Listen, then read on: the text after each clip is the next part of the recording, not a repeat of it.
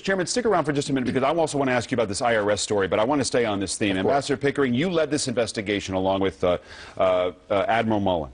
And the criticism about this investigation is it didn't go far enough. You didn't specifically interview Secretary of State Clinton. You didn't probe into what she did or did not do in the immediate aftermath of the attacks.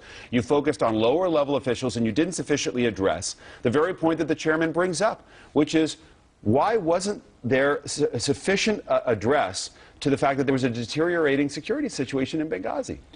Let me say that I hope the chairman has read our report. Our report has 29 recommendations. The bulk of them concern the insufficiency of the State Department's preparation of that post to deal with the security challenges. I don't think that there is any other explanation, and I can't believe that, in fact, he still sits here and makes those charges. The second issue he raised was the 7 hours. We looked into this extensively with the military. Admiral Mullen himself... 7 hours. Let's talk about what you're talking about, the night of the attack. The night of the attack in Benghazi. And Admiral Mullen and I and all the other members of the board concluded, after the testimony in which we interviewed many people, that there was no way that any military activity could have been put in place to deal with that particular question. Chairman of the Joint Chiefs and others have said nobody could have gotten there in time. General Dempsey said so. Admiral Mullen, the retired chairman, said so. But were you not critical of the fact that there was no contingency planning of a chaotic situation in North Africa? There was contingency planning, David, and that contingency planning helped. Contingency planning involved the annex coming to help the people who were under attack at the mission.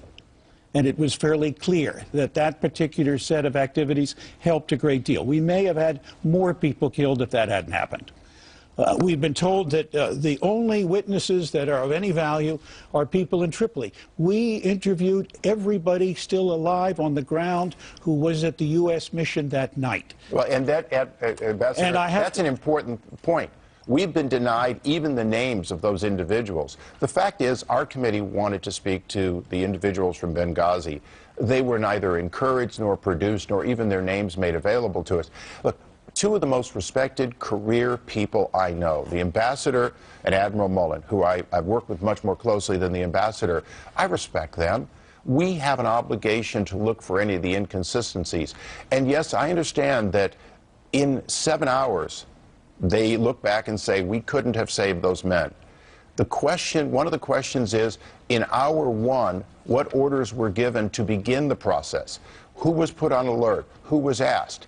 This could have gone on like Tehran. This could have gone on for weeks or months. So there's a lot of those questions. All we're really asking is, why is it that the ambassador and the admiral reached a conclusion? We have their output, their unclassified. All right, well, let's have the ambassador. Let's have the ambassador respond to that. You also have access to the classified testimony. Well, actually, Ambassador, we've got the classified report, but we don't have any of the interviews you did. We don't have even have the list of everyone you interviewed. So the list of interview, and I believe. All right, I want to get to a larger picture, though. Excuse me, Ambassador. I want to come back to this fundamental question. Please. Did you not pay sufficient attention to and time with the Secretary of State? I believe we did. We had a session with the Secretary. It took place very near the end of the report. It took place when we had preliminary judgments about who made the decisions, where they were made, and by whom they were reviewed.